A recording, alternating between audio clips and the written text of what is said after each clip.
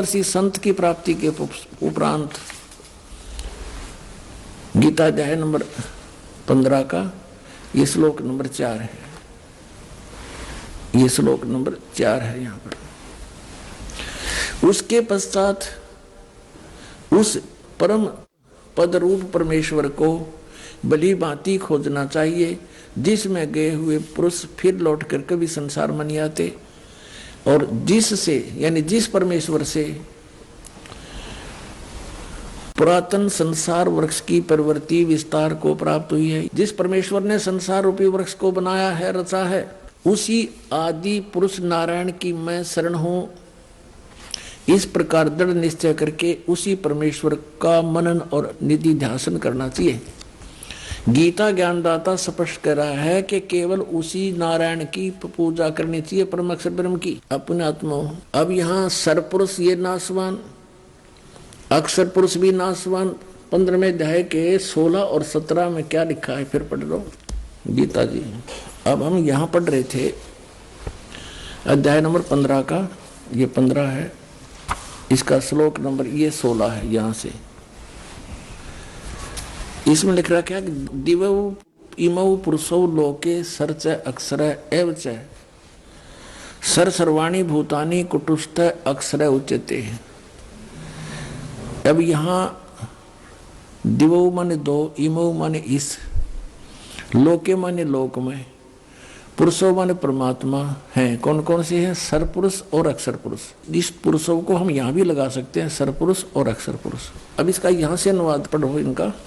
इस संसार में नाशवान और अविनाशी भी ये 2 प्रकार के पुरुष हैं। इन्होंने यहाँ पुरुष छोड़ दिया। 2 प्रकार के प्रभु हैं, स्वामी हैं। संपूर्ण प्राणियों के शरीर नाशवान और जीवात्मा भी अविनाशी कहा जाता है। अब यहाँ इसका अर्थ तो ये है कि ये सरपुरुष और अक्षर पुरुष ये सभी नाशवान हैं। इनके अंतर्गत जितने प्राणी हैं उनके शरीर भी नाशवान हैं, लेकिन जीवात्मा किसी की नहीं मरती। अब यहाँ से स्पष्ट 17वें में कहा कि उत्तम पुरुष है तू अन्य। वास्तव में श्रेष्ठ परमात्मा तो इन दोनों से कोई और है, सरपुरुष और अक्षर पुरुष से। उत्तम पुरुष है तू अन्य परमात्मा इति उदारते, जिसको भगवान कहा जाता है, श्रेष्ठ आत्मा कहा जाता है। यह लोक तरम आवि से भी भरती, वो अवय ईश्वर है, वो वास्तव में अविनाशी परमेश्वर है, अवय अविनाशी। तो इससे सिद्ध हो गया कि ये तो नाशवान है दोनों ही, भले इसका नाम अक्षर पुरुष लिख दिया। तो अब इसमें थोड़ा सा विचलित हो जाते हैं भक्त, कोई कर सकता है आपको मिसगाइड। कि 15वें अध्याय के 18वें श्लोक में गीता जी में गीता ज्ञानदाता कहता है, क्योंकि मैं नाशवान जड़वर्ग क्षेत्र से तो सर्वथा अतीत हूँ और अविनाशी जीव आत्मा से भी मैं उत्तम हूँ, इसलिए लोक और वेद में पुरुषोत्तम नाम से प्रसिद्ध हूँ। जबकि इसकी मूल संस्कृत देखो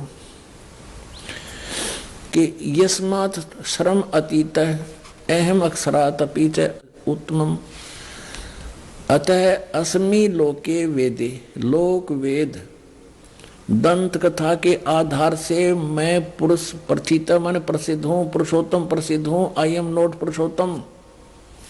मैं किस प्रकार से पुरुषोत्तम प्रसिद्ध हो गया? लोक वेद के आधार से। लोक वेद माने दंत कथा के मेरे अंतर्गत जितने भी प्राणी हैं, वो चाहे जीवात्मा है, चाहे नाशवान शरीर है इनका, चाहे अविनाशी इनकी आत्मा है, इनसे मैं तगड़ा हूँ, इनसे श्रेष्ठ हूँ, उत्तम हूँ। और इसलिए लोक वेद के आधार से, दंत कथा के आधार से मैं पुरुषोत्तम प्रसिद्ध हो रहा हूँ। आई एम नॉट पुरुषोत्तम। पुरुषोत्तम तय कोई और है। वो 15वें अध्याय के 17वें श्लोक में स्पष्ट कर दिया। अब हमने उस पुरुषोत्तम की शरण में जाना है, और उस पुरुषोत्तम के पाने का कौन सा मंत्र है? गीता जी अध्याय नंबर 17 के श्लोक नंबर 23 में कहा कि ओम तत्सत इति निर्देश ब्रह्मण त्रिविध समर्थ। ब्रह्मण माने सचिदानंद घन ब्रह्म यानी परम अक्षर ब्रह्म, उत्तम पुरुषोत्तम। इसके पाने का, सनातन परम धाम में जाने का, सचखंड में निवास स्थान पाने का और जन्म मरण से मोक्ष पाने का कौन सा मंत्र है? 17वें अध्याय के 23वें श्लोक में कहा कि ओम तत्सत इति निर्देश है ब्रह्मण तिर्विध समर्थ है। उस सच्चिदानंद ब्रह्म ने माने सच्चिदानंद गण ब्रह्म का, परम अक्षर ब्रह्म का पाने का, आदि पुरुष परमेश्वर के पाने का, ये 3 मंत्र के जाप का निर्देश है, नथिंग एल्स। इसके अतिरिक्त कोई भी हरे राम हरे कृष्ण सीताराम राधे श्याम अन्य कोई भी जाप हम करते हैं वो मोक्ष प्राप्ति का नहीं है। तो उसके लिए हमने कौन से मंत्र हैं, ये ओम तत्सत। ओम तो सरपुरुष का और तत् ये अक्षर पुरुष का, तत् सांकेतिक है, ओम सीधा है, और सत भी सांकेतिक है, ये सत भी सांकेतिक है, ये परम अक्षर ब्रह्म का। ये तत् और सत ये सांकेतिक है, ये पूर्ण परमात्मा कबीर देव ने परम अक्षर ब्रह्म ने स्वयं आकर के बताया है। सो हम शब्द हम जग में लाए, सार शब्द हम गुप्त छुपाए। ओए कहते हैं सोहम शब्द आपके किसी सदग्रंथ में नहीं है, आपके जो 52 अक्षर के लेख तुम लिखते हो उनमें ये मंत्र नहीं है, सोहम मंत्र नहीं है। और ये सोहम शब्द हम जग में लाए, सार शब्द हम गुप्त छुपाए। नामा छिपा ओम तारी पीछे सोहम भेद बिचारी, सार शब्द पाया जदलोई आवागमन बौड़ ना होई। पुण्यात्मा, हमने परमात्मा को पहचानने के लिए अपने सदग्रंथों का सहयोग ही लेना पड़ेगा, किसी की दंत कथा पर विश्वास नहीं करना। परमात्मा के क्या गुण हैं, वो क्या लीला करता है, ये हमारे पवित्र सदग्रंथ पवित्र वेद बताते हैं। कबीर परमेश्वर ने कहा है कि वेद मेरा भेद है, मैं ना वेदन के माही, और जौन वेद से मैं मिलूं वो वेद जानते नहीं। वेदों में भेद है परमात्मा का कि वो कबीर परमात्मा है और वो सतलोक में रहता है, ऊपर तीसरे मुक्ति धाम में सचखंड में, वहां से गति करके आता है, साधु रूप बनाता है, कवियों की तरह आचरण करता है, और यहाँ अच्छी आत्माओं को आकर मिलता है। आपको थोड़ा सा हिंट देते हैं, फिर उन आत्माओं के बारे में जानकारी देंगे जिनको भगवान मिले थे। ऋग्वेद मंडल नंबर 9 देखिएगा, और सूक्त नंबर आपको दिखाते हैं। ये है ऋग्वेद, ये कहाँ से प्रकाशित है, प्रकाशक सार्वदेशिक आर्य प्रतिनिधि सभा, महर्षि सिद्धांत भवन, रामलीला मैदान, नई दिल्ली। इनके फोन और फैक्स नंबर हैं। मुद्रक है Prince offset printers, 1510 Pataudi house, Daryaganj, नई दिल्ली से। अब देखिएगा, ऋग्वेद मंडल नंबर 9 और सूक्त नंबर 86 और मंत्र नंबर 26 में इसमें क्या कहा है कि यज्ञ करने वाले यजमानों के लिए परमात्मा, यज्ञ माने धार्मिक अनुष्ठान करने वाले यजमानों माने भक्तों के लिए परमात्मा सब रास्तों को सुगम करता हुआ, उनके विघ्नों को, उनके संकटों को मर्दन करता है, नाश करता है, उनको पवित्र करता हुआ, और अपने रूप को सरल करता हुआ वह कांति में परमात्मा। इन्होंने यहाँ क्या कर दिया, ये यहाँ शब्द है कबीर, हम इसको कबीर बोले, कबीर वह बोलते हैं, वह को, वेदों को हम वेद बोलते हैं अपनी लोकल लैंग्वेज में पूरे भारत में। अब यहाँ इन्होंने कवि जो ऐसे अवसर लगा के इसका अर्थ कर दिया सर्वज्ञ, या तो इसका कवि लिखते, कवि काव्यकार, लेकिन काव्यकार का यहाँ प्रसंग नहीं, तो इसका अर्थ सर्वज्ञ नहीं कर सकते। भले इसका अर्थ कवि कर दो, लेकिन वो उस परमात्मा को हम, जैसे ये यजुर्वेद है, आपको दिखाते हैं। अब जैसे ये यजुर्वेद है, अब इसके 2 बिंदी यहाँ लगा दे तो, और इसका अलग अलग करे तो भी यजुर्वेद ही है। ये देखिए, इसमें प्रकाशक है सार्वदेशिक आर्य प्रतिनिधि सभा, 2/5, महर्षि सिद्धांत भवन, रामलीला मैदान, नई दिल्ली। इसमें आपको दिखाते हैं 36 में, इनके 36वें अध्याय में ये है 36वां अध्याय, 37वां अध्याय। 36वें अध्याय के प्रथम मंत्र में क्या लिखा है? रेचम वाचम प्रपदे मनो यजु प्रपदे। ये यजु शब्द है, इसका अनुवाद महर्षि दयानंद ने किया है। यहां देखो, ये बिल्कुल ठीक रहा, ये यजुर्वेद लिख दिया। बस सीधी सी बात है कि ये यजुर्वेद की महिमा गाई जा रही है, और यहां इस यजु का अर्थ कर दे। जैसे कवि का अर्थ इन्होंने सर्वज्ञ कर दिया। कवि कोई भी सर्वज्ञ नहीं होता। जैसे इन्होंने ऋग्वेद में इस कवि का अर्थ सर्वज्ञ कर दिया। अब कवि कोई सर्वज्ञ नहीं होता, यहां लिखना चाहिए था कबीर देव। जैसे यजु, अगर यजु का अर्थ कर देते वहां पर तो कैसे समझेंगे कि किसके बारे में कहा जा रहा है? यजुर्वेद के बारे में। अब जैसे यहाँ इन्होंने ठीक किया है, ये यजुर्वेद में, अब हम यजुर्वेद आपको दिखा रहे हैं सिर्फ ये कंसेप्ट क्लियर करने के लिए कि जैसे इस महर्षि दयानंद ने यजु का अर्थ यजुर्वेद कर दिया, बहुत अच्छा किया। अगर इसका यहाँ कोई अनुवाद करके अड़ंगा कर दे तो कैसे समझेंगे कि यजुर्वेद के बारे में जानकारी है? ठीक इसी प्रकार अब हम फिर आते हैं अपने ऋग्वेद पर। हम आते हैं अपने ऋग्वेद पर, जो आपको पहले दिखाया था। ये भी आर्य प्रतिनिधि सभा से ही प्रकाशित है। ये ऋग्वेद यहाँ से प्रकाशित है, ये भी आपको दिखाया था। ये इसके मुद्रक हैं, ये ऋग्वेद है। अब हम इसके वो पढ़ रहे हैं, ऋग्वेद मंडल नंबर 9 सूक्त 86 मंत्र 26 पढ़ रहे हैं। 26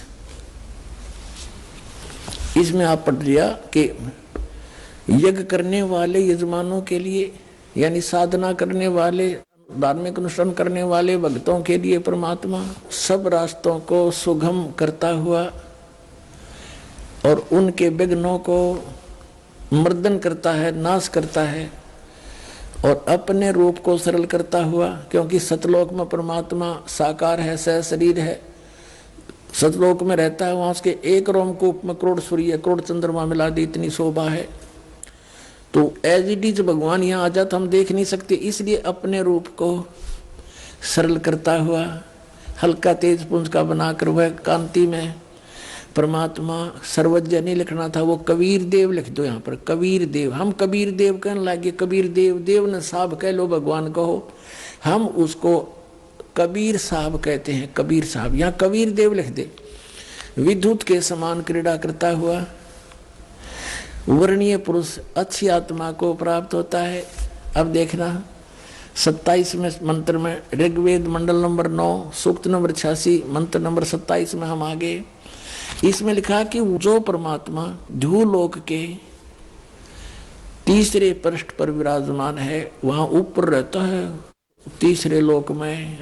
अब ये कंसेप्ट क्लियर हो जाएगा कि वो परमात्मा कौन है, कबीर देव है, वो क्या करता है, अच्छी आत्माओं को मिलता है आकर के। देखो फिर आगे देखते हैं, ऋग्वेद मंडल नंबर 9 सूक्त 82 का, और मंत्र नंबर हम नीचे लेते हैं 1।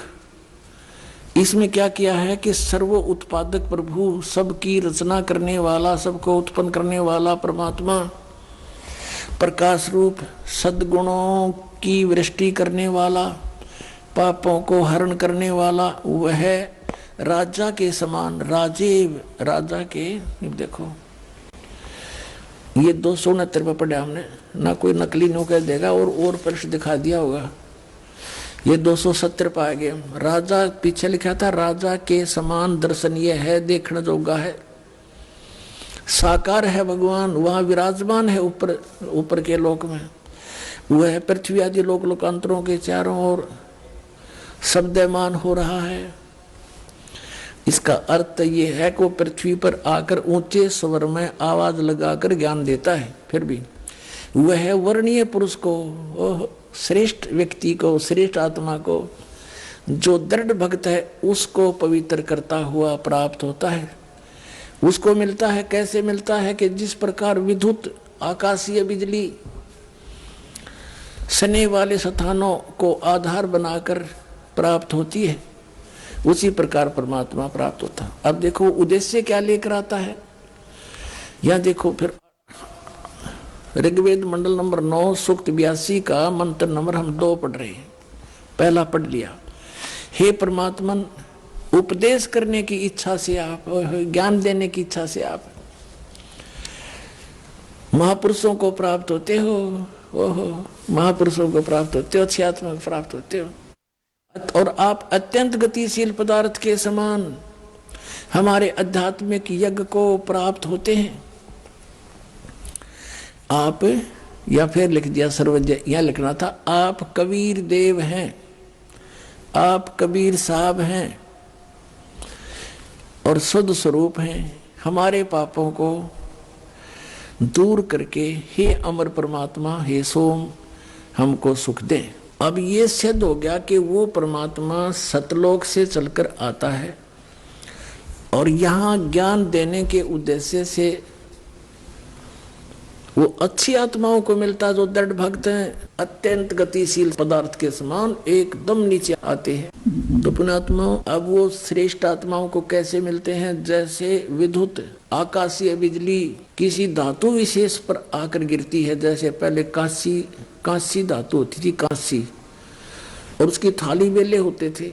वर्षा के दिनों में जब बिजली कड़कती थी, हमारी दादी जी कहा करती थी, इन थाली और बेलों को अंदर रख लो, बिजली कांसी की धातु पर अमूमन गिरती है। तो पुण्यात्माओं, वो परमात्मा उन्हीं महापुरुषों को मिलते हैं जो उनके कार्य को आगे सफल बनाने में सहयोग दें। पूरे विश्व के सामने डट जा खड़े होकर के मुझे नहीं मुचकाए, वो दृढ़ भक्त होते हैं। उनमें से कौन कौन है जिनको मिले? आदरणीय धर्मदास साहिब जी, आदरणीय मुलुकदास साहिब जी, आदरणीय नानक साहिब जी, आदरणीय दादू साहिब जी, आदरणीय गरीबदास साहिब जी, गांव छुड़ाने जिला झज्जर हरियाणा वाले, आदरणीय गीसा दास जी, गांव खेखड़ा जिला मेरठ उत्तर प्रदेश वाले। इन महापुरुषों को परमात्मा आकर मिले। वेद बताता है वो ऐसे आते हैं, अच्छी आत्माओं को मिलते हैं, उनको ज्ञान देते हैं, ज्ञान उपदेश करते हैं, तत्व ज्ञान बताते हैं। और वो कैसी लीला करते हैं देखना, वो कवियों की तरह आचरण करते हैं। 9वें अध्याय का ऋग्वेद मंडल नंबर 9 और सूक्त 94 का मंत्र 1 दिखाते हैं आपको, ये देखिएगा। ये है ऋग्वेद मंडल नंबर 9 और सूक्त 94 और इसका मंत्र नंबर 1, ये यहां से शुरू होता है। ये सबले कवियन वर्जम, कवियन वर्जम माने जाते हैं, विचरते हैं कवियों की तरह। यहाँ इन्होंने अनुवाद किया है, यहाँ अनुवाद किया है कि सूर्य के विषय में जैसे रश्मियां प्रकाशित करती हैं, उसी प्रकार मनुष्यों की बुद्धियां अपनी अपनी उत्कृष्ट शक्ति के विषय करती हैं। जिस परमात्मा में सर्वोपरि बलों के समान शुभ बल है, वह परमात्मा कर्मों का अध्यक्ष होता हुआ, सबको पवित्र करता हुआ, कवियों की तरह आचरण करता हुआ, कवियों की तरह आचरण करता हुआ, वर्जम माने विचरता है, ये अड़ंगा डाल दिया, वर्जम माने जाता है, घूमता फिरता है। वो परमात्मा किन किन महापुरुषों को मिले, अभी आपको बताया था। आदरणीय धर्मदास साहिब जी, हिंदू धर्म के जो लोक वेद के आधार पर ज्ञान प्राप्त, उस पर इतना आरूढ़ था कि बहुत समय तक परमात्मा के ज्ञान को स्वीकार नहीं किया। बहुत से प्रश्नोत्तरी की, तब जाकर वो बात समझ में आई। आदरणीय धर्मदास साहिब जी को परमात्मा मथुरा में मिले। मथुरा में वहां स्नान करने के लिए तीर्थों पर भ्रमण कर रहे थे। जैसा भी लोक वेद सुना हुआ था, रूपदास नाम के उनके गुरुजी से 68 तीर्थ, हरे राम हरे कृष्ण सीताराम राधे श्याम, राधे राधे श्याम मिला दे, इस तरह के मंत्र बता रखे थे। और एकादशी का व्रत, 68 तीर्थों की यात्रा कर ले बेटा, तो स्वर्ग में चला जाएगा। रूपदास जी ने ऐसा गाइड कर रखा था उस प्यारी आत्मा आदरणीय धर्मदास साहिब जी को। भगत धर्मदास जी मथुरा में गए हुए थे। वहां एक जिंदा महात्मा का रूप बनाकर के धर्मदास जी को मिले। धर्मदास जी से जाकर कहा, हे महात्मा जी, क्योंकि धर्मदास जी ने वेशभूषा बना रखी थी, एक महात्मा जैसा लगे था, माथे में तिलक ला रखा, कंठी पहन रखी। जाकर परमात्मा ने कहा, हे महात्मा जी, मैं भटक रहा हूँ भगवान के लिए, मुझे कहीं रास्ता नहीं मिला, बहुत से गुरु बनाए हैं, बहुत से संतों से मिला हूँ, मेरी संतुष्टि नहीं हुई, लेकिन ऐसा लगता है जैसे आपसे मुझे कुछ राहत मिलेगी। आप ये क्या पढ़ रहे थे? क्योंकि उसमें धर्मदास जी गीता जी का नित्य पाठ किया करता था। धर्मदास जी ने कहा कि मैंने गीता का पाठ किया है, हमारी पवित्र शास्त्र है ये। और जिंदा महात्मा मुसलमानों के अंदर एक फकीर होते हैं जो ऊपर से एक टोपा पहनते हैं काला सा, और एक ओवरकोट पहनते हैं काला ही, घुटनों से काफी नीचे तक एक कच्छा पहनते हैं। तो ऐसी वेशभूषा वाले को जिंदा महात्मा कहते हैं। तो कहा, हे महात्मा जी, मुझे ज्ञान बता दो, मैं तो भटक रहा हूं। धर्मदास जी ने कहा था कि आप पहले गुरु बनाओ, गुरु के बिना मोक्ष नहीं होता। तो कबीर परमेश्वर जी ने कहा कि गुरु तो मैं बनाऊंगा, लेकिन मेरी शंका का समाधान हो, और आपको बना लूंगा गुरु में, पहले को तो पहले बना लेता हूं, लेकिन शंका समाधान अवश्य चाहूंगा। धर्मदास साहिब जी ने कहा कि नहीं, गुरु जी तो मैं नहीं बन सकता, क्योंकि मुझे आदेश नहीं गुरु बनने का। आपको मैं अपने गुरु जी से नाम दिला दूंगा, बड़े पहुंचे हुए महात्मा है। तो परमात्मा ने उसे एक प्रश्न किया कि आप क्या नाम जाप करते हो? धर्मदास जी ने कहा कि हरे कृष्ण हरे राम, राम राम हरे हरे, कृष्ण कृष्ण हरे हरे, राधे श्याम राधे राधे श्याम मिला दे, ओम नमः शिवाय, ओम भगवते वासुदेव नमः। तो परमात्मा ने कहा कि आप गीता जी को पढ़ते हो? कहा जी। क्या गीता जी में ये मंत्र हैं? ना जी, ना जी। फिर आप इन जाप कहां से क्यों कर रहे हो? 16 अध्याय के 23वें श्लोक में लिखा, शास्त्रीय विधि को त्याग कर जो मनमाना आचरण करते हैं उनको कोई लाभ नहीं होता, ना उनका मोक्ष होता, ना उनको परम गति प्राप्त होती, ना कोई सुख होता। फिर किस लिए कर रहे हो? अब धर्मदास को याद थे वो श्लोक, गीता साथ लिए हुए था, वो समझ गया बात तो सही है। आप तो अवहेलना कर रहे हो भगवान के आदेश का, आप तो दोषी हो रहे हो। आप किसकी पूजा करते हो? गीता किसने बोला है? कि श्री कृष्ण जी ने बोला। धर्मदास जी ने कहा कि श्री कृष्ण जी ने गीता का ज्ञान दिया। परमात्मा ने कहा चल हम यही बात छोड़ देते हैं, बड़ी बात नहीं करते आगे। श्री कृष्ण जी ने गीता का ज्ञान दिया, आप श्री कृष्ण की पूजा करते हो।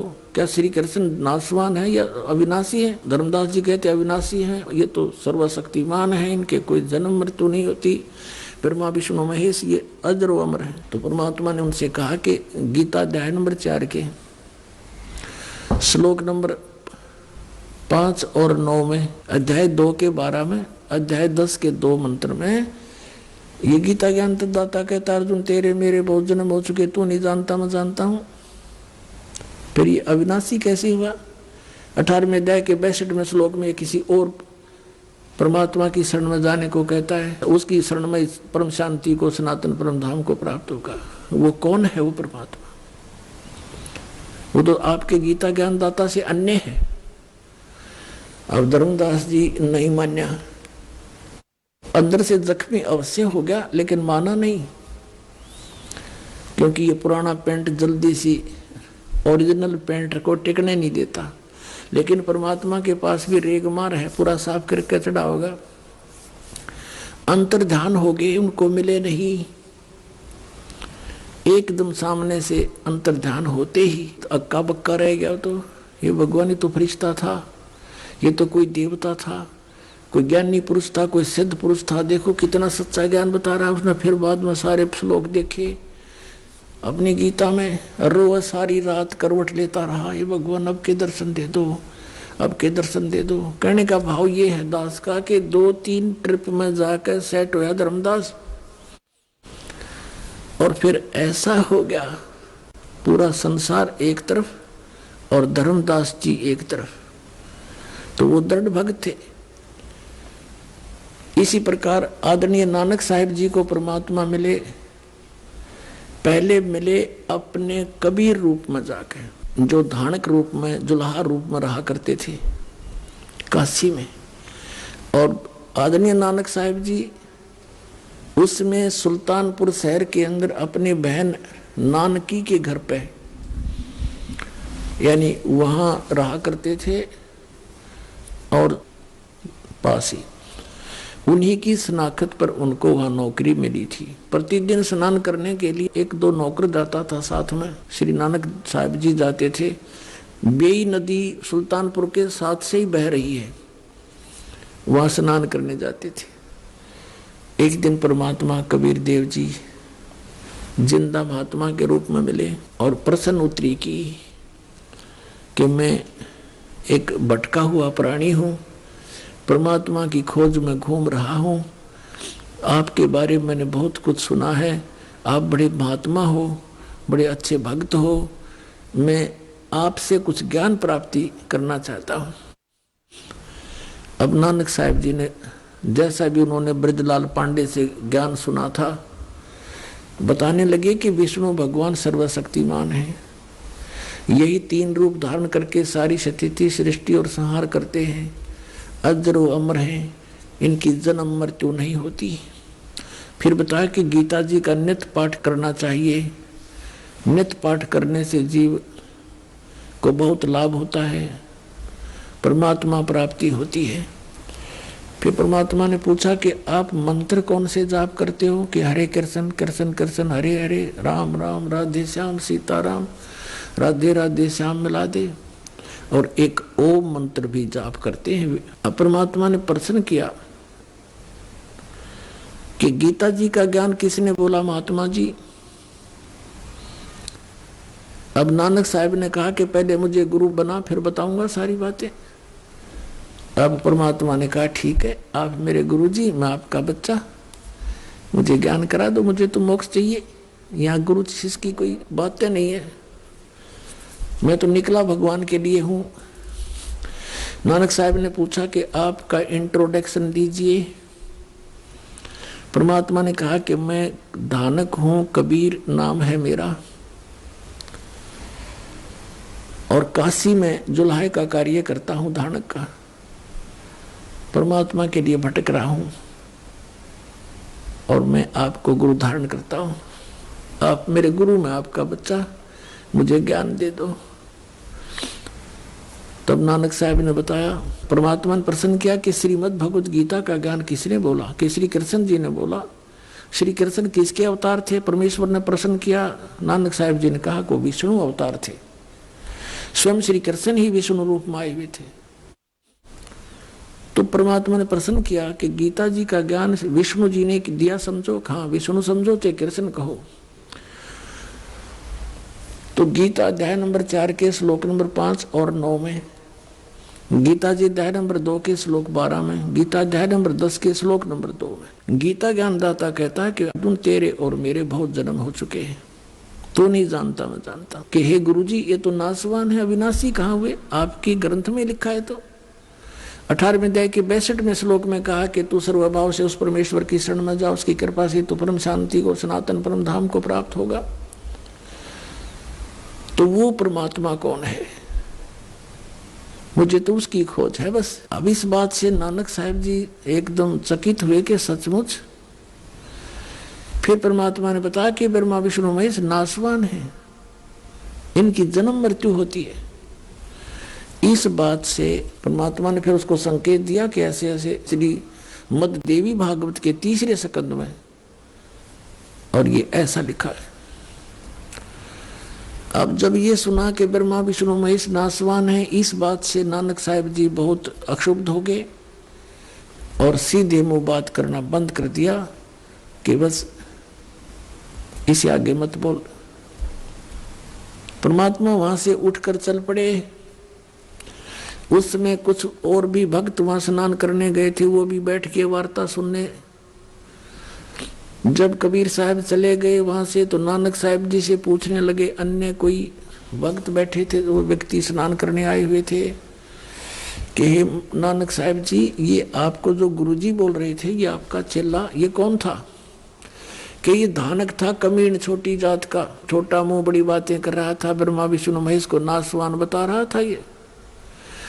और मैंने इसको फिर सुनाया सही ज्ञान, ते हार के भाग गया। पुण्यात्माओं, नानक साहब जैसी पुण्यात्मा में भी अहम भरा हुआ था, होमो था इनमें।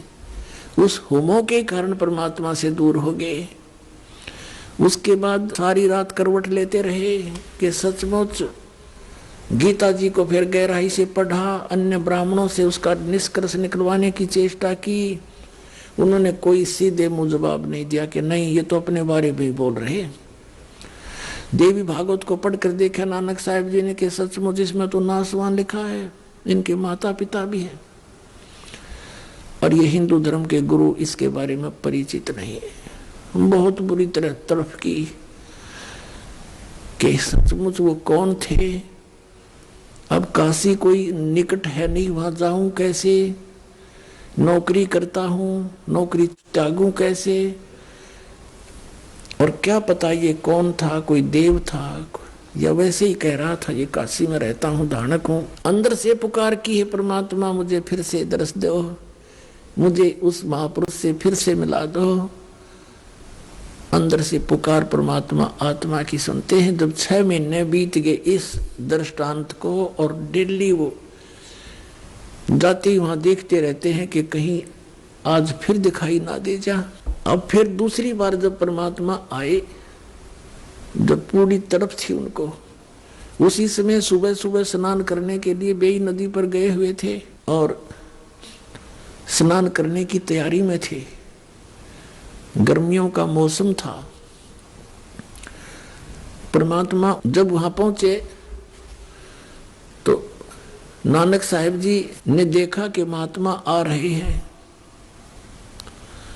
उनके निकट पहुंच गए। उसी तरह फिर बात करने लगे, काफी देर चर्चा हुई। तो उस समय जब वो दोनों बात कर रहे थे तो अन्य नहीं देख पा रहे थे, वो सोच रहे थे कि अकेले नानक साहब बातें कर रहे हैं, किससे कर रहे हैं।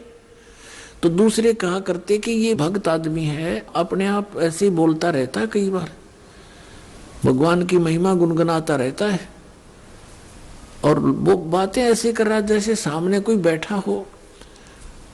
तो अन्य जो स्नान करने के लिए गए थे वो अपना स्नान करने में व्यस्त हो गए। तो उसी समय परमात्मा से नानक साहब जी ने कहा कि मैं इस दरिया में छुपूंगा, मुझे खोज देना। सबने सोच लिया कि नानक साहब जी डूब गए।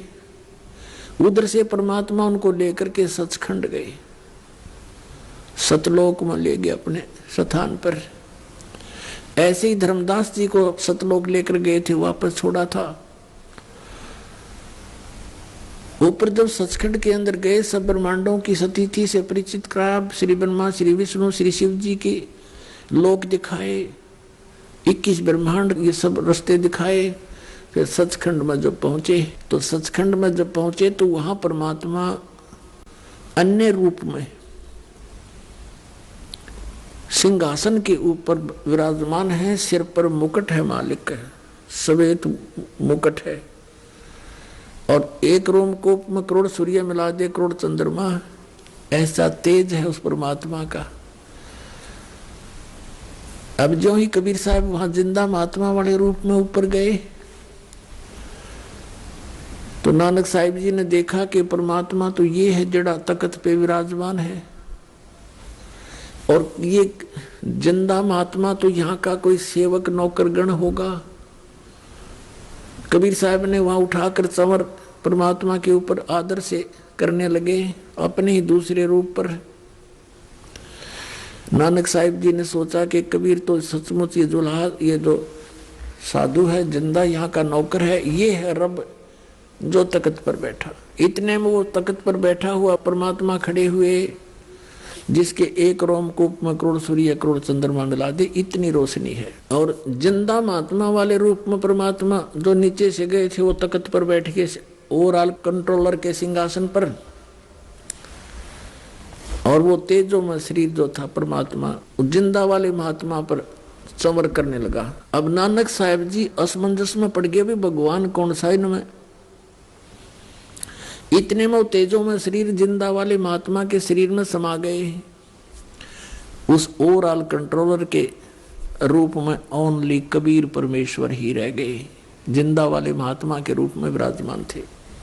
संवर अपने आप ऊपर घूम रहा था। तब परमेश्वर ने कहा वो अपनी प्यारी आत्मा दृढ़ भक्त श्री नानक साहब जी से, मैं अब वर्तमान में बनारस में काशी शहर में भारतवर्ष के अंदर एक धानक की भूमिका कर रहा हूँ, जुलाही रूप में रहता हूँ और वहाँ मैं सत संदेश दे रहा हूँ।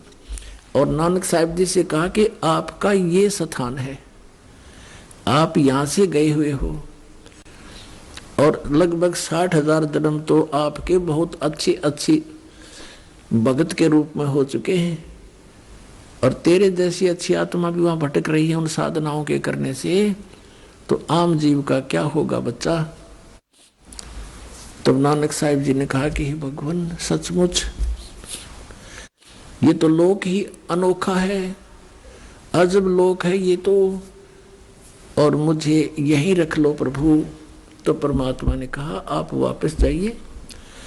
आप जब यहां से गए आप भक्ति युक्त थे, अब आप में भक्ति नहीं रही, आप उतना ही चार्ज होकर के वापस आओगे, उतना ही भक्ति युक्त होकर वापस आओगे। उतनी ही भक्ति के लिए तुम्हें जो तैयार करने के लिए, तुम्हारे अंदर भक्ति प्रवेश करने के लिए मेरे पास सतनाम और सारनाम है। जिन अन्य मंत्रों से आप 1 करोड़ जन्मों में भी भक्ति संग्रहित नहीं कर सकते, संचित नहीं कर सकते, आप थोड़े ही समय में मर्यादा में रहते हुए उस सतनाम और आदि नाम से आप इतनी भक्ति युक्त हो जाओगे। 1000 युग में भी नहीं हो, जन्मों में नहीं हो सकते जितना आप इन मंत्रों से थोड़े ही दिनों में, कुछ ही वर्षों में भक्ति युक्त हो जाओगे यदि नियमित रहोगे तो। पुण्यात्मा वो तो पहले पुण्यात्मा थे, भगवान पर विश्वास करते थे, संतों पर विश्वास करने वाले थे। उन्होंने उनके इसी वचन से समझ लिया कि सचमुच ऐसा कोई मंत्र है,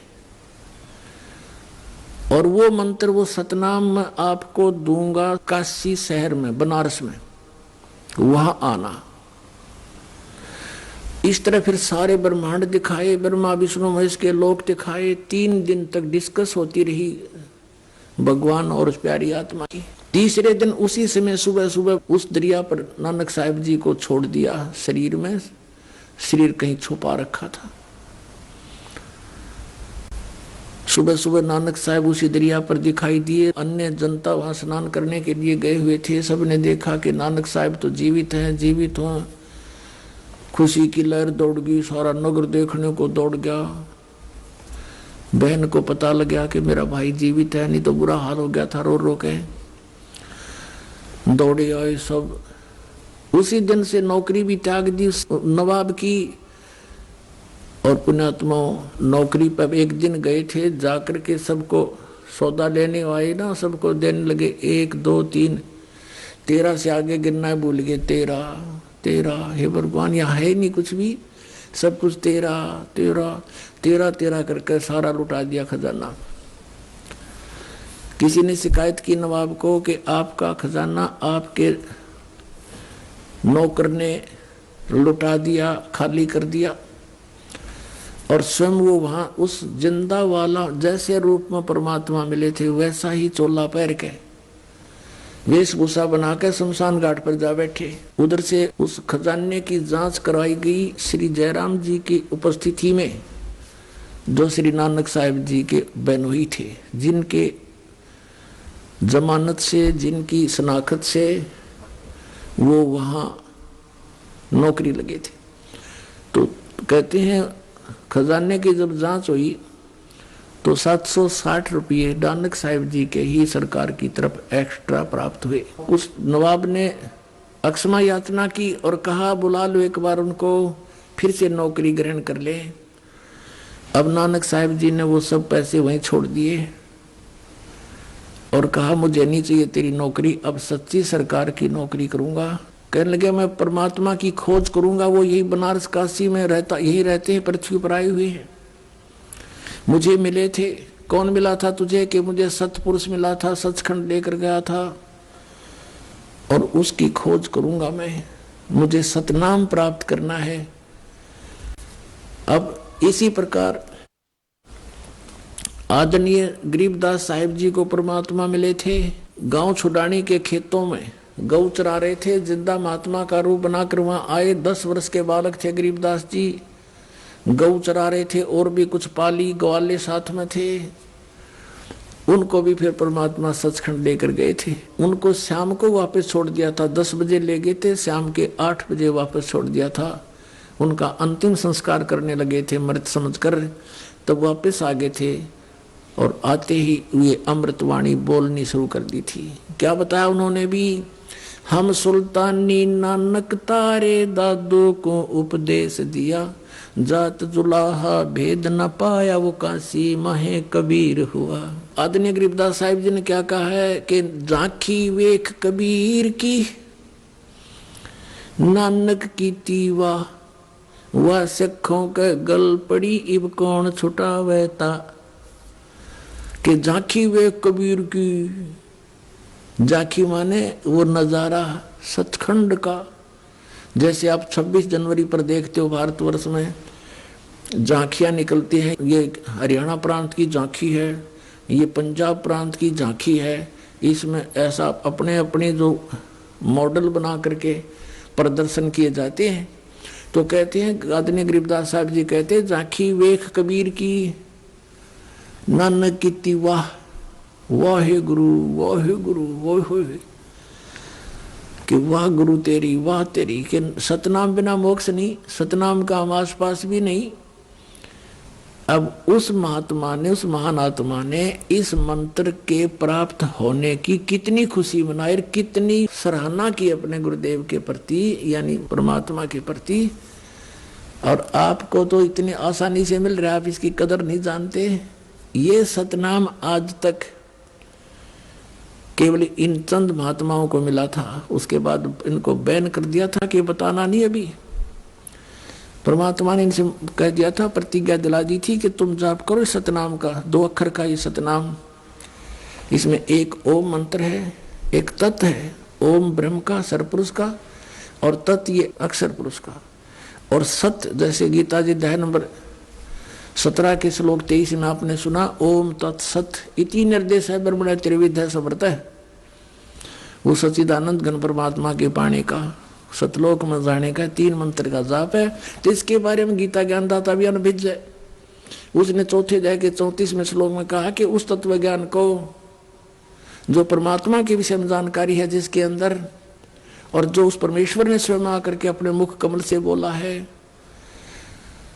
उसमें है वो सब ज्ञान। उस ज्ञान को तू तत्वदर्शी संतों के पास जाकर समझ, वो तत्वदर्शी संत तुझे उस परमात्म तत्व का ज्ञान कराएंगे। तो गीता ज्ञानदाता ने भी नहीं पता, संकेतिक है।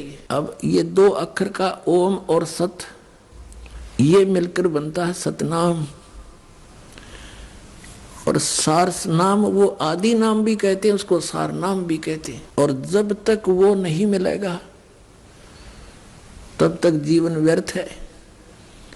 तो इस बात से नानक साहिब जी बहुत परिचित हुए अच्छी तरह।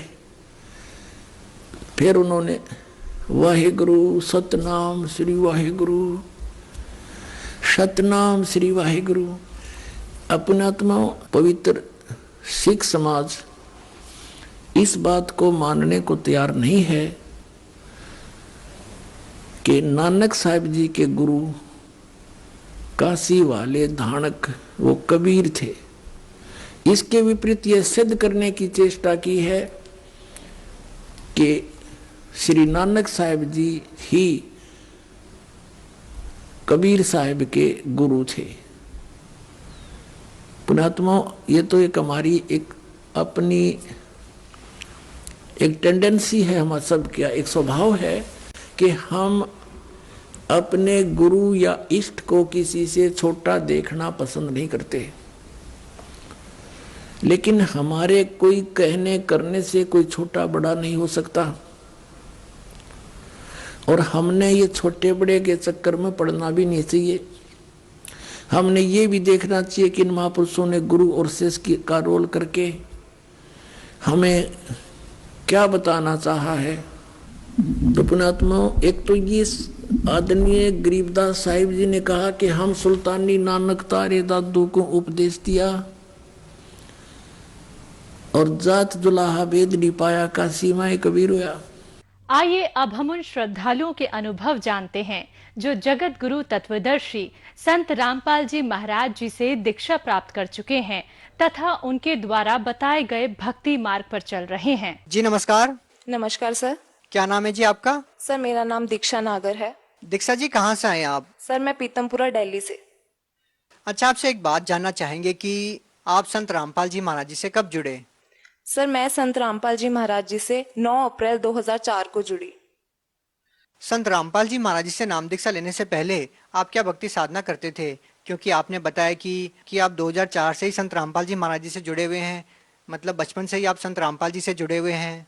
जी, मैं उस वक्त केवल 8 वर्ष की थी जब मैं संत रामपाल जी महाराज से जुड़ी। उससे पहले मेरे जो पेरेंट्स हैं वो राधा स्वामी से जुड़े हुए थे 7 वर्ष तक। तो 7 साल से वो जुड़े हुए थे, तो मैं उन्हीं के साथ जाती थी राधा स्वामी। बाकी मैंने उनकी कोई ऐसी भक्ति नहीं करी थी। तो 8 साल की उम्र में आपने संत रामपाल जी महाराज जी से नाम दीक्षा ले ली, लेकिन इतनी छोटी सी उम्र में किसी संत के बारे में जानना, उनके ज्ञान के बारे में जानना, ये समझना बहुत मुश्किल है। तो आप इतनी छोटी सी उम्र में संत रामपाल जी महाराज जी से कैसे जुड़ गए? क्योंकि मेरे पेरेंट्स की श्रद्धा बहुत ज्यादा थी संतों में पहले से ही, तो हमारा भी भक्ति भाव वैसा ही था उनको देख करके। तो इसलिए जब वो गए परमात्मा सदगुरु रामपाल जी महाराज की शरण में गए, तो हमने उन पर ही विश्वास करके हम भी चले गए वहां पर। लेकिन हमें नहीं पता था कि ये भक्ति सही है या क्या है। वो हमें तब पता चला जब हमें उनसे लाभ हुए। धीरे धीरे जब हमने खुद इतनी सी उम्र में ही जब मैंने लाभ महसूस करे, तो मुझे पता चला कि सच में संत रामपाल जी महाराज जी भगवान है इस धरती पर। हम आपसे जानना चाहेंगे कि आप बात कर रहे हैं लाभ की। संत रामपाल जी महाराज जी से जुड़ने के बाद आपको लाभ मिलने लग गए, तो आपको लगा कि हाँ वास्तव में यही सच्चे संत हैं।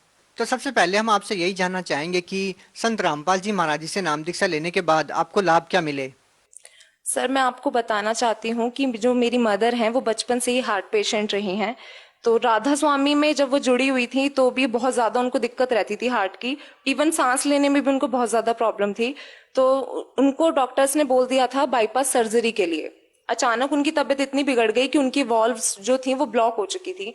तो डॉक्टर ने बोल दिया था उनको सर्जरी के लिए। लेकिन संत रामपाल जी महाराज जी की दया से इतनी हमारा इतना विश्वास था संत रामपाल जी महाराज में कि मम्मी कहती थी कि आप ही की बेटी हूँ, आप ही जो करोगे सही करोगे। तो वो जो वॉल्व्स खुल नहीं रही थी वो अचानक से खुल गई, और डॉक्टर्स ने भी बोला थैंक गॉड।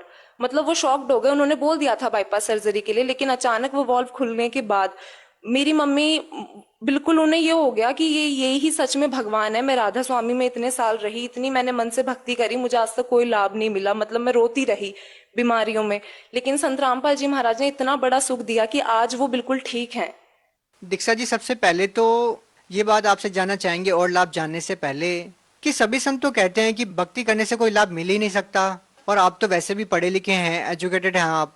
क्या आप इन बातों में विश्वास करते हैं कि किसी संत से नाम दीक्षा लेने के बाद लाभ मिल सकता है? सर आप ये कह रहे हैं कि इस युग में लाभ कैसे हो सकते हैं? ये हमारे लिए बहुत शर्म की बात है कि हम वर्षों से देखते आए हैं, इतिहास पढ़ते आए हैं मीराबाई का, ध्रुव प्रहलाद का, जिनसे हमें पता चला कि उन्हें कितने लाभ हुए। लेकिन आज जितने भी नकली धर्म गुरु हैं उन्होंने हमें ये बिल्कुल सिद्ध कर दिया कि कोई लाभ नहीं है, कुछ नहीं है, और सारे गुरु एक जैसे ही होते चले गए।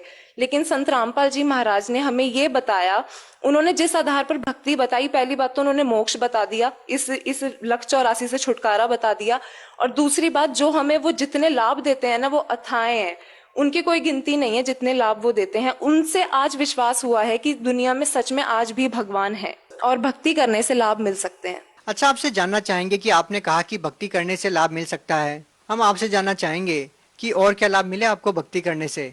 जी सर, ये तो मैंने अपनी मदर का बताया आपको। अब मैं खुद का एक्सपीरियंस आपसे शेयर करना चाहती हूँ। जब मैं 5th स्टैंडर्ड में थी तो मैं अचानक से ना मेरी लेफ्ट आई का जो विजन पर्दा था वो बिल्कुल डैमेज हो चुका था। तो अचानक मम्मी पापा लेके भागे, डॉक्टर को चेकअप वगैरह कराए, तो उन्होंने बोल दिया था कि इसकी उल्टी आंख का पर्दा बिल्कुल खत्म है। अब उन्होंने टेस्ट करने के बाद स्पेक्स मुझे दे दिए कि वो हटना नहीं चाहिए बिल्कुल भी, लेकिन मैंने वो शर्म की वजह से नहीं लगाया, क्योंकि मैं छोटी थी तब, तो मैं स्कूल टाइम में नहीं लगाती थी, घर के नीचे आके लगा लेती थी, मम्मी पापा के डर की वजह से लगा लेती थी। लेकिन अब उन्होंने, डॉक्टर्स ने मुझे बोला था कि आपको 6 महीने बाद टेस्ट कराने दोबारा आना है। मैंने उसमें भी ढील दे दी, मैं नहीं गई चेकअप कराने, और ऐसे ऐसे करते करते 4-5 साल निकल गए। मैं मम्मी पापा से झूठ बोलती रही कि सही है सही है सब सही है, लेकिन जब मैं 4-5 साल बाद दोबारा गई टेस्ट कराने, तो उन्होंने मेरी रिपोर्ट्स देखी थी डॉक्टर ने कि ऐसी कंडीशन थी, 4-5 साल पहले इसकी लेफ्ट आई का पर्दा बिल्कुल डैमेज था। तो उन्होंने टेस्ट करने के लिए मुझे दोबारा बैठाया, लेंसेज लगाए आंखों पर कि आपको कैसा दिख रहा है कैसा नहीं। तो मैं उनसे बोल रही थी मुझे इनमें साफ दिख रहा है और मुझे बिना लेंस के भी साफ दिख रहा है। तो वो बोलने लगे क्या बोल रहे हो आप? मैंने कहा डॉक्टर मुझे साफ दिख रहा है, और मैंने उनको सब कुछ पढ़कर last line, even last line तक मैंने उनको साफ पढ़कर सुना दी। तो वो शॉक्ड हो गए, कह रहे हैं आपकी तो आंखें बिल्कुल ठीक है, आप क्यों आए हो यहाँ पर? कह रहे आपकी रिपोर्ट्स तो ये बोल रही थी पहले, और अब बिल्कुल ठीक हो, आपको तो स्पेक्स की जरूरत ही नहीं है। तो ये मेरी लाइफ का, मेरा खुद का सबसे बड़ा चमत्कार था। अगर मेरी वही कंडीशन रहती 10 साल पुरानी कि मेरी एक आंख बिल्कुल खराब थी, तो मैं सोच सकती हूँ आज मैं कहाँ होती, लेकिन आज मैं परमात्मा की दया से बिल्कुल ठीक हूँ। अच्छा, एक और बात आपसे जानना चाहेंगे कि आपने कहा कि संत रामपाल जी महाराज द्वारा दी गई भक्ति करने के बाद आपको ये लाभ मिले हैं, लेकिन सवाल ये है कि इस साइंस के जमाने में जब आप ये बात करते हैं कि किसी संत से नाम दीक्षा लेने के बाद इस तरह से लाभ मिलते हैं या भक्ति करने से इस तरह के लाभ मिलते हैं, तो लोग सवाल उठाते हैं कि बीमार होने पर डॉक्टर्स के पास जाना चाहिए, और आप कह रहे हैं कि संत के पास जाना चाहिए। हाँ बिल्कुल, आपने ये बात बिल्कुल सही बोली कि जो साइंस है वो इस चीज को ना बिल्कुल नहीं मानती। साइंस बिल्कुल नकारती है कि चमत्कार नाम की कोई चीज है, या फिर वो भगवान में विश्वास ही नहीं करती। लेकिन मैं उनसे ये बोलना चाहती हूँ कि वो ये बात तब तक बोलते हैं जब तक उन्हें खुद महसूस नहीं होती। जब अपने ऊपर दुख आते हैं तो उन्हें खुद महसूस होगा एक दिन कि हाँ भगवान सच में है, क्योंकि वो सिर्फ लोगों को देखकर ये सब बातें बोल देते हैं कि ऐसा कुछ नहीं है, साइंस ही सब कुछ है। लेकिन ये सब साइंस बहुत बड़ा झूठ है। साइंस बनाई किसने? भगवान ने ही तो साइंस बनाई है। उन्होंने ही तो हमें इतना दिमाग दिया है कि हम आज साइंस पर इतना जोर दें। हालांकि कुछ नहीं है, भगवान के बिना कुछ नहीं है। लेकिन संत रामपाल जी महाराज की दया से जब हमने खुद महसूस करे ना कि ये लाभ हो सकते हैं, और उनके ज्ञान से, तब हमें पता चला है कि भगवान है। आप संत रामपाल जी महाराज जी से 2004 से जुड़े हुए हैं, काफी लंबा अरसा हो गया है आपको उनसे जुड़े हुए। इस दौरान उनके ऊपर बहुत सारे आरोप भी लगे हैं, वो जेल में भी गए हैं, बाहर भी आए हैं, और वो फिर से जेल में गए हैं, काफी सारे उतार चढ़ाव रहे हैं। तो आप संत रामपाल जी महाराज जी के बारे में क्या कहना चाहेंगे? देखिए, जहां तक सवाल रहा गुरुजी के जेल जाने का, संत रामपाल जी महाराज जी के जेल जाने का, वो जेल में नहीं गए, जेल में हम हैं। पिछले 5 साल से जेल में हम हैं, और वो हमारे लिए ये सब लीला कर रहे हैं। उनको जितने भी उन्होंने झूठे मुकदमों में उनको फंसा दिया, बिना किसी सच्चाई को जाने, उनसे जलकर जितने गंदे से गंदे आरोप हो सकते थे उन्होंने लगा दिए। लेकिन और मीडिया वालों ने, सबसे ज्यादा मीडिया वालों ने हद कर दी पार, जब उन्होंने हर एक चीज गंदी से गंदी दिखा दी टीवी पर, और लोगों ने विश्वास भी कर लिया। लेकिन मैं उन लोगों से ये बोलना चाहती हूँ कि क्या कोई माँ बाप अपनी जवान बेटियों को, अपने जवान बच्चों को ऐसी जगह पर भेजेगा? क्या वो पागल हैं? उन्हें खुद को दिखाई नहीं देता कि हमारे बच्चे कहाँ जा रहे हैं, कहाँ नहीं जा रहे? अगर लोग मीडिया की बात ना माने तो फिर वो कैसे इस बात का निर्णय करे कि कौन संत सही है, कौन संत सही नहीं है? क्योंकि हजारों बाबा हैं, हर रोज किसी न किसी के ऊपर आरोप तो लगते रहते हैं। हाँ बिल्कुल, हर रोज कुछ ना कुछ आरोप बाबाओं पर लगते हैं। इसके लिए उन्हें सिर्फ एक यही चीज करनी पड़ेगी, यही नहीं कि वो लोगों पे विश्वास करते चले जाएंगे या मीडिया पे विश्वास कर लेंगे। उन्हें हमारे गुरुजी जितनी भी बातें, जितना भी ज्ञान देते हैं, सब पुराणों के ग्रंथों के आधार पर देते हैं, कुछ भी अपनी तरफ से बनाकर नहीं देखते। तो लोगों को क्या जाता है अगर वो 5 मिनट अपने ग्रंथों को, अपनी होली बुक्स को खोलकर देख लेंगे, उनसे उनकी बातें मैच करके देख लेंगे। सिर्फ इतना ही कहा है गुरुजी ने कि मैं कुछ भी अपनी तरफ से नहीं बताता, तुम एक एक लाइन मैच करके देख लो, सब कुछ मैच करके देख लो। तो मैं उनसे बस इतना कहना चाहती हूँ कि आप कष्ट करके सिर्फ 5 मिनट पढ़ के देख लीजिए, उसके बाद आपको खुद पता चल जाएगा कि वो क्या सच बोल रहे हैं और क्या झूठ बोल रहे हैं।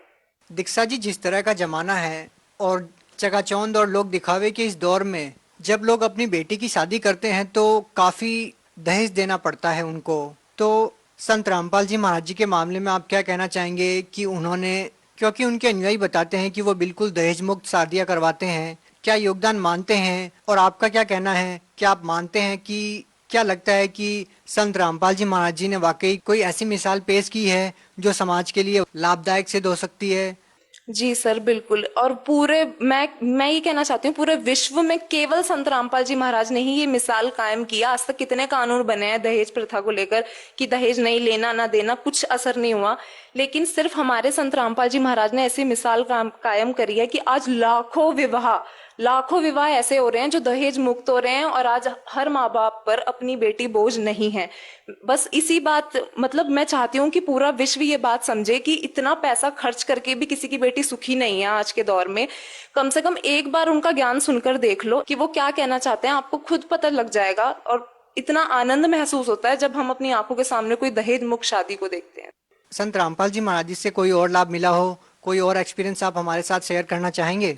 जी सर, बिल्कुल। ये भी कुछ साल पहले की बात है, जब मेरे पापा ऑफिस से रात को आ रहे थे, नाइट शिफ्ट करके आ रहे थे, तो वो सामने से बाइक आ रही थी और वो साइकिल पे थे। रात का टाइम था, तो बाइक वाले ने बहुत तेज टक्कर मारी उन्हें। वो दूर जाके गिरे, साइकिल कहीं और जाके गिरी, तो वो बीच रोड पर आकर गिरे। तो वो उल्टी साइड से गिरे हुए थे, वो उठ नहीं पा रहे थे बिल्कुल भी।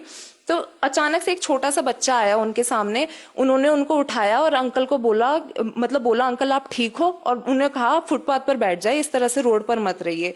तो पापा ने जैसे ही नजर उठाकर देखा तो वो कोई बच्चा नहीं था, कुछ नहीं था वहां पर। तो पापा सोचने लग गए ये सपना भी नहीं है, क्योंकि मेरे हाथ में मैं खुद दर्द महसूस कर रहा हूँ इस वक्त। तो पापा ने देखा कहीं भी वो बच्चा नहीं था चारों तरफ। तो पापा उठे, पापा का शरीर एकदम बिल्कुल ठीक हो गया। उठकर अपनी साइकिल उठाई, साइकिल से सीधा घर आए, घर आके मम्मी को बताया कि ऐसे ऐसे मेरे साथ आज हुआ, और पापा बिल्कुल ठीक थे। वरना इतने भयंकर एक्सीडेंट के बाद तो चांस नहीं था कि पापा बचते। भगत समाज को क्या संदेश देना चाहेंगे जी आप? सर, मैं भगत समाज को और जितने यूथ को, पूरे यूथ को मैं ये देना चाहती हूँ, रिक्वेस्ट करना चाहती हूँ, मैसेज देना चाहती हूँ कि प्लीज जितना भी फैशन का दौर है या जो भी है, ये सिर्फ 4 दिन की चांदनी है। एक दिन अगर थोड़ा सा भी कष्ट आ जाता है ना, तो हम सब कुछ भूल जाते हैं कि हम कल क्या मौज मस्ती कर रहे थे, क्या नाच गा रहे थे। कम से कम एक बार गुरु जी का सत्संग सुनकर देख लीजिए। आप आइए भी मत, बेशक एक बार सुनकर देख लीजिए, उसके बाद आप पता लग जाएगा कि क्या सच है और क्या झूठ है। और जितने भी संसार के जितने भी दुख है ना, सिर्फ केवल संत रामपाल जी महाराज की शरण में आकर ही ठीक होंगे। मैं आपसे हाथ जोड़ के विनती करती हूँ कि बस एक बार इधर आ जाइए और अपना मोक्ष करा लीजिए, पूरा जीवन अपना सुखी कर लीजिए। जी धन्यवाद। Thank you sir.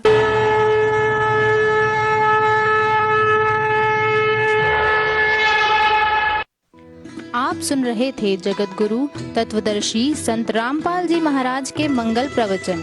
अधिक जानकारी के लिए संपर्क करें 8222 880 541 8222 880 542 8222 880 543 8222 880 544।